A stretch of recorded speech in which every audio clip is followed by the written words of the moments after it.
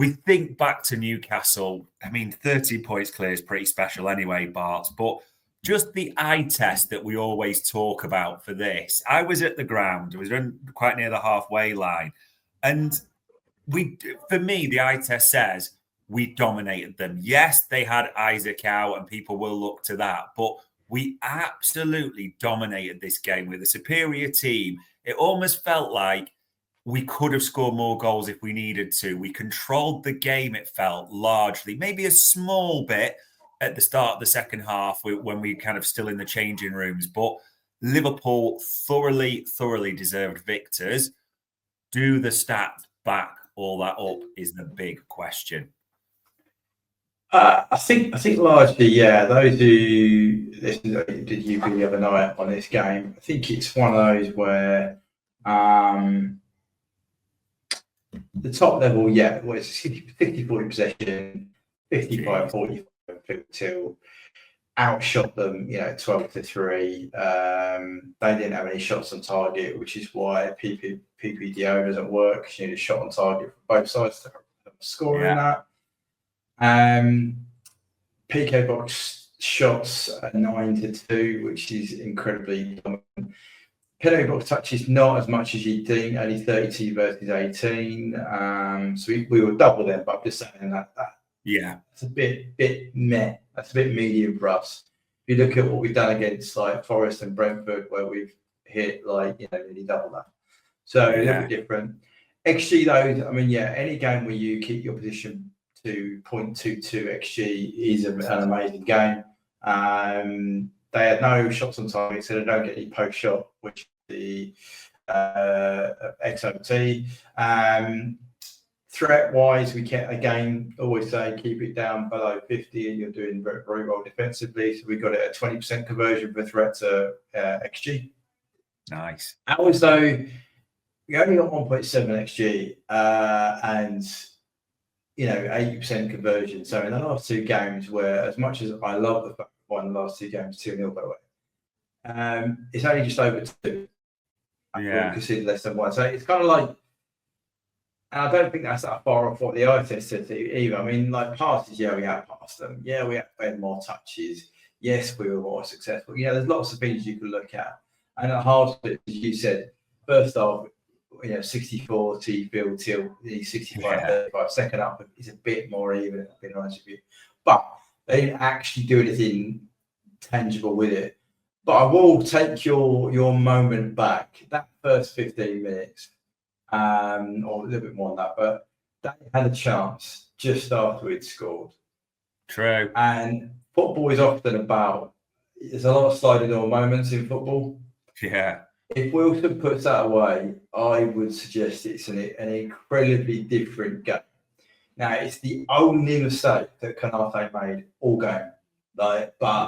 One-on-one, Wilson puts it in the corner, does a Jota when he did. Jota did it at Villa. So, but aside from that, I think we then went, right, not tonight, lads. Let's shut this up. Let's really calm this down and move it on. Probabilities, we were dominant, but that's kind of, if you keep the XG low, then the model's going to go, right, you deserve to win.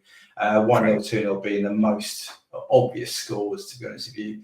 A Newcastle win was 3%. So, that's fairly dominant in that kind of elements. Pass maps, a bit of a return to the wingers attacking. Jota in there, I think, personally makes all the difference because there's a lot of connections in here.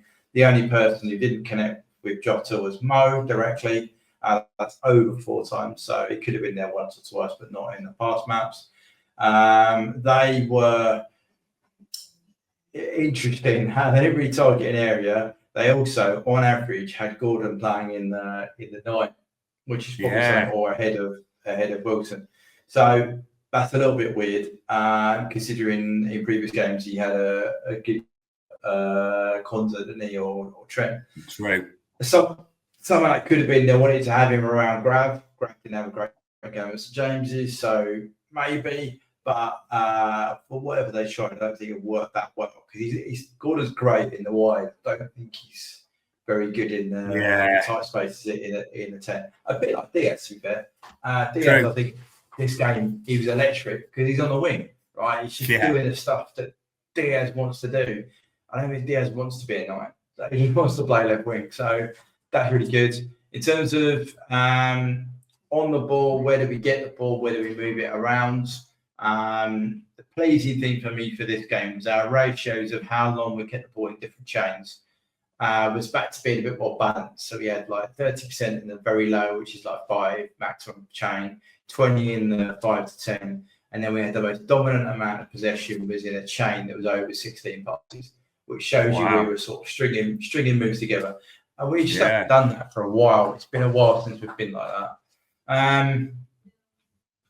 You said half space in zone 14. Again, going back to what you said, I think first half we got in the areas a bit more with higher volume. Second half, what was interesting was that we got into the areas more with progressive passes or carries rather than the pass. So that's a little bit different than what we tried to do. But that's kind of the on-ball stuff. We'll come back to player in a minute.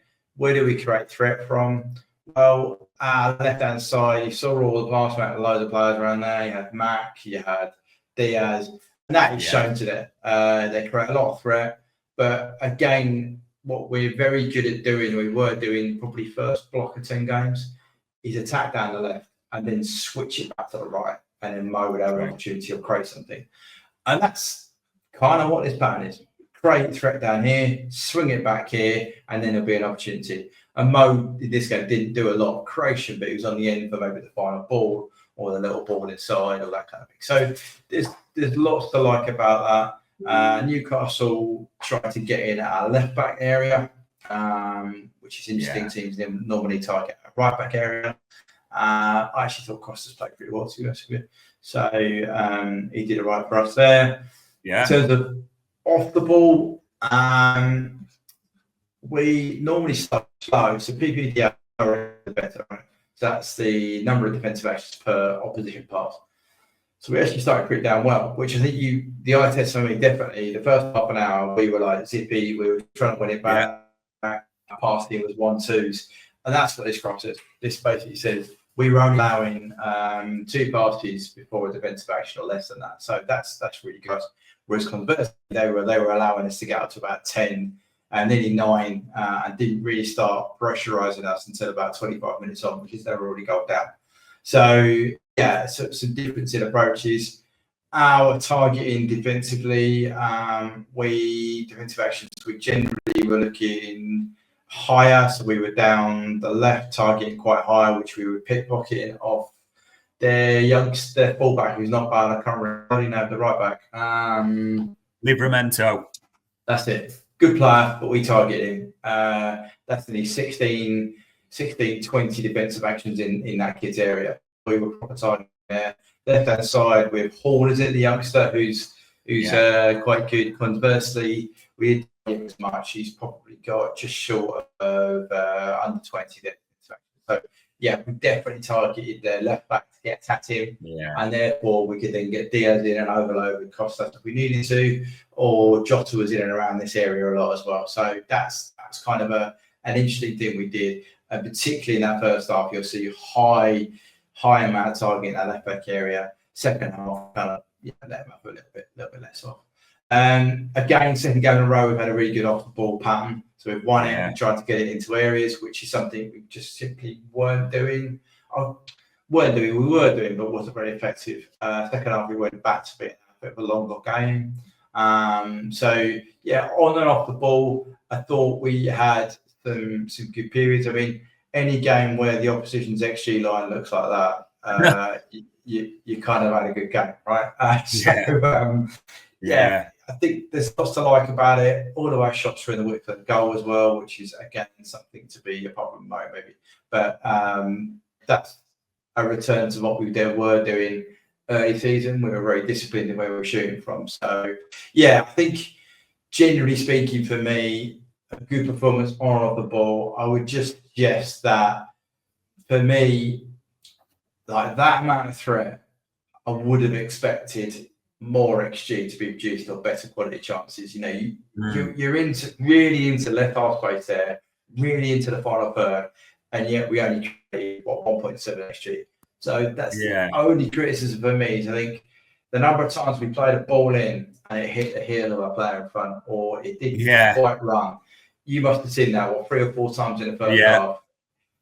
And I know that's just the rub of the green, but it just meant that threat didn't convert into an amazing, because that player, I think those three occasions I'm thinking of, the player would have won, which would have been a really high XG chance. So you would have seen this XG go up to being above 2, maybe 3 easily, and the ratio would have been better, but it just didn't quite happen.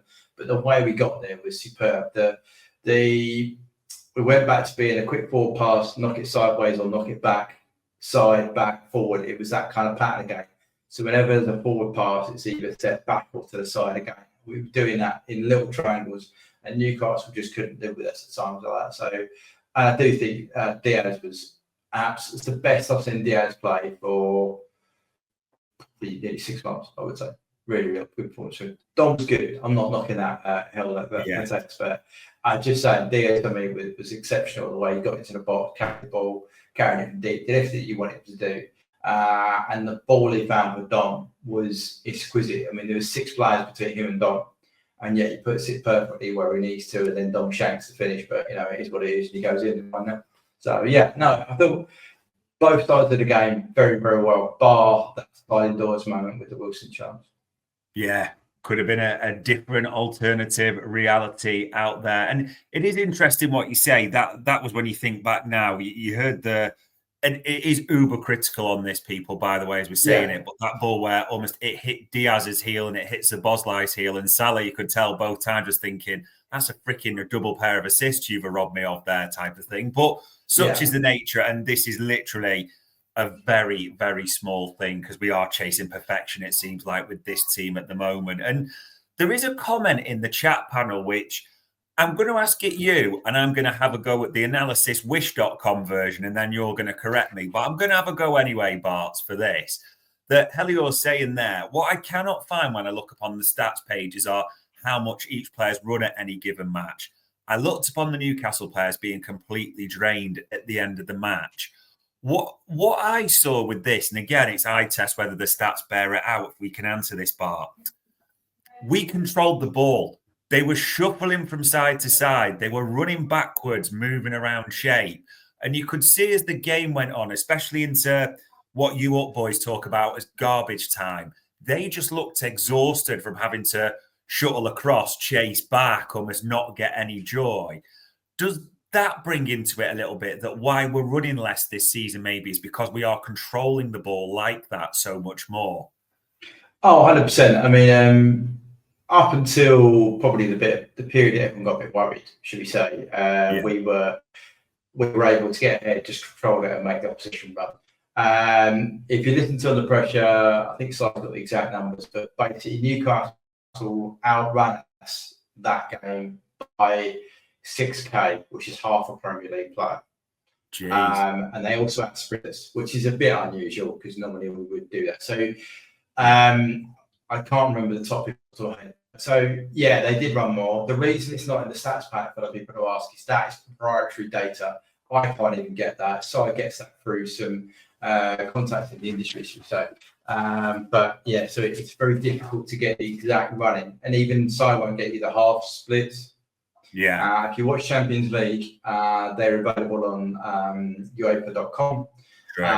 And the Bully, as we've looked at before when we were profile players at TNM, the Bundesliga publish all that data as well. Everything. But the Premier League don't do it because they like to make a lot of money, basically. So they like to charge you for stuff like that. But no, to answer your question, we got outrun, we got out sprinted last night, which the distance bit isn't that much. I think you're right. We made them move. The sprinting thing is always a little bit of a okay, maybe. But ultimately, we got the result and we moved on. So it was an exceptional performance. Yeah, it's a funny one, isn't it? Even though we say they run 6K further, they probably did more sprints. It still, as the stats say, show that we controlled it. And a player that got mentioned there, which I actually thought it's just almost, it's hard on a stat show to quantify, but it just feels like Dominik Szoboszlai has almost gone up a level in the last few games that we talked about. And in this one, he was the official man of the match. I thought from the eye test, he was brilliant again. I am intrigued to see what the stats say about Zob. So we look at his kind of on-ball stuff here. We've got he's a very, 89% pass rate for a midfield is very, very good. Kind of the standard we are was to hit is, probably by 80 plus. Receiving 94, which is receiving at high, is very good as well. He was involved in 7.4 about threat creation, which is high for him, not particularly high in terms of the relevance, but you've got to remember we go through the wide areas. So you got Diaz and Mo, large threat creators.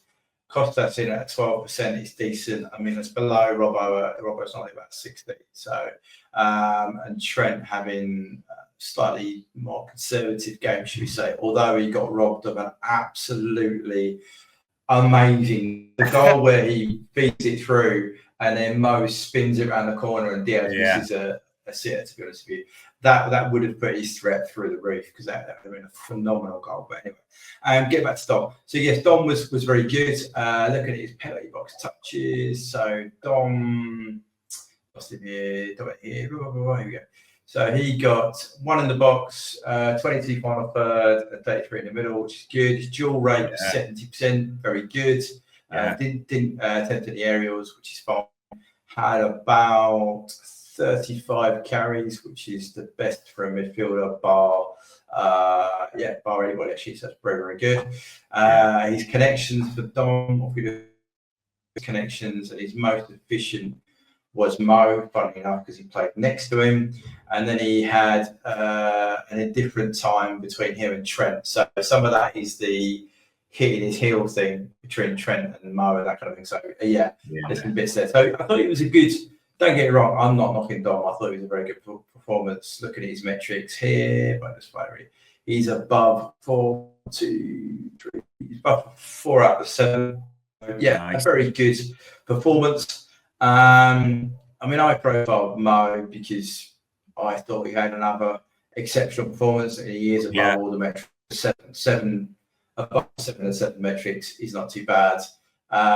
If you look at what Mo does, I think quite a game off the ball. Only won 20% of his duels, but 100% of his aerials, which again Mo doesn't really do. That's 2 aerials he's competed for, and the City game he competed for an error as well. So that's just a bit odd for him. Penalty box touches had 13 touches in the box for Mo in the penalty box, which, just to put that into context for people, Newcastle as a team only got in our box 18 times. Right, they only touched the ball. Mo had 13 on his own. Right, so just to give you context. And equally, just to finish it off, Mo had 17% of threat created. He received it 97, and his passing rate was 87, which is phenomenal for a wide forward. I thought it's really hard sometimes to pick a bit between when you've got your front six playing that well. It's quite hard to pick up. I thought Dom was brilliant. His off-ball work and his on-ball was really good. He probably could have got another goal. I think he hit the second one too well. Which is very, but equally, I thought Jota was in it. Like, Jota played really well. I thought Jota's off ball and the way we chatted a little bit last night about how maybe Jota going back in helps Dom a bit, because he's a natural 9. He sort of creates a bit more space. He works as a pressing engine, but he also offers a bit more of an outlet, keeps the centre halves occupied. So I thought Jota probably could have got. Didn't think any shots, which is disappointing for him. But it's unusual for Jota a shot. But that to me, I know that maybe it's not starting, but that's the best front three if they're fit. Cody would have a massive say on that. But I think Diaz just really highlighted why he's really good up in that wide left. Jota played really well, Mo played really well, and then Dom was able to have that space in between to do what he needs to do. And then quietly, efficiently getting the smartest guy on the pitch was McAllister, who got the all-important second goal. Was largely doing the whole keeping it over, moving people into the right position. But then when we needed it, like you said, we came out second half, we were a little bit on not quite there. Mac picks it up and goes, right, come on then, we're going to get second here. and then goes and gets it, and then we just sit off. So yeah, I thought it was a very, very good performance. I totally understand Dom got man of the match, and you got to share it out, I suppose, because you can't give it to Merrick. It's weird, isn't it? Yeah, it's. And if someone had asked me after the game, I said Szoboszlai absolutely brilliant, and as you said, 4 out of 7, he's well above the metrics. It's just crazy that almost are you being nonchalant with Mo Salah, 7 out of 7 above all the metrics. I still can't get over the fact that he only had 5 less penalty box touches individually than the entire Newcastle team for the entire game. So that talks about his goal threat. And like you said, it almost feels sometimes when we're picking these players, people, it's based on what the official stats say. So we run from that. Diaz, sensational. McAllister, sensational. This is why we're talking about a 2-0 game as one of the performances of the season in terms of the context, where we sat. Yeah. And yet, even now, as we chat it up and slice it up, a sliding doors moment from Callum Wilson can change the course of history completely. But history tells us we are 13 points clear. We battered Newcastle, so we roll on with that. So much to like.